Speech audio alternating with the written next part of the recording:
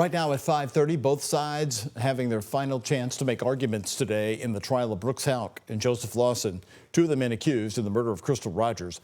Closing arguments have wrapped up today, with jury deliberations now set to begin tomorrow. In their closing, Joseph Lawson's attorney, Robert Boyd, argued there's been little evidence presented during trial that tied Lawson to Rogers' disappearance. For Houck, attorney Brian Butler alleged police were given marching orders to get Brooks Houck. Butler went point by point with each piece of evidence the prosecution has brought up, including the women's clothing the FBI found under a driveway. WHAS 11 News legal analyst Nick Mudd is back with us, as he's been every night at 5:30. And Nick, you know everybody involved here. The prosecution ended, so I want to flip and start with the reverse on the defense. How did they do? Who had the most powerful defense, and what was their best argument? I think, starting out with Robert Boyd defending Joseph Lawson, he did a great job. One of the big quotes that everybody's kind of saying is, he said, "You cannot replace outrage with evidence. Do not fall victim to that." And I think he made a good point of, like, look, we sat through most of this trial and no one even knew he's like, look, no one even knew my client was on trial. No one said his name. No one mentioned Joseph Lawson. I mean, for a good portion of this case, we did not hear the name Joseph Lawson at all. So it's a pretty weak case against Joseph Lawson. And I think he kind of made the point of, we don't even know why we're here. We're not even been brought into this. We're not Steve Lawson. We're completely separate and we're not involved. And Nick, speaking of Steve Lawson, remind me and folks at home, this prosecution was not allowed to bring Steve Lawson in because they didn't call him as a witness. Now are you thinking that's a mistake? Because this is a guy who said he was guilty of tampering and then was convicted of complicity to murder, and this jury doesn't know about that. They don't, and I think that's a big disadvantage for the prosecution here. Certainly they're not supposed to hear about it. I don't believe they've heard about it. It never came out. It certainly would have been grounds for mistrial.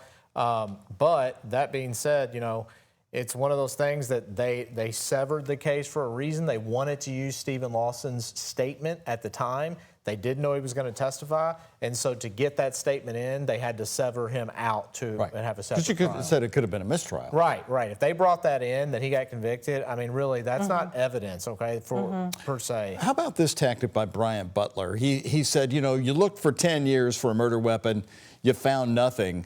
The prosecution's case is full of reasonable doubt. Then he plays a video, a clip of prosecutor Shane Young for the jury saying, "I don't know where she was murdered." What about that tactic? You're bringing the guy in who's going to do the next closing argument. Right. You're using his own words. I think it was a bold thing to do that. Usually, attorneys are not allowed to play statements from other lawyers or argument because it's not evidence, okay? Closing arguments and opening statements are not evidence. So, I thought it was bold, but it may be effective. And, Brian Butler went point by point. I mean, he literally took every piece of evidence and had a dispute about it, every single one. And he did a great job doing it.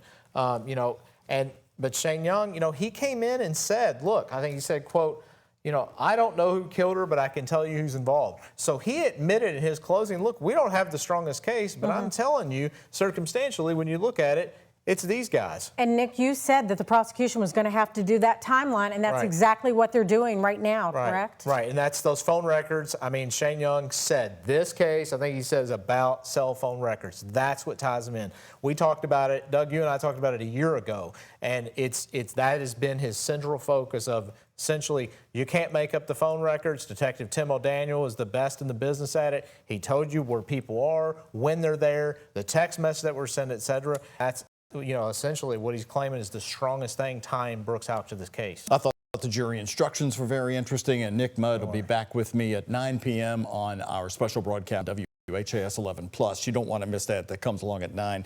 You can watch it on our app by downloading the free app. Thank you.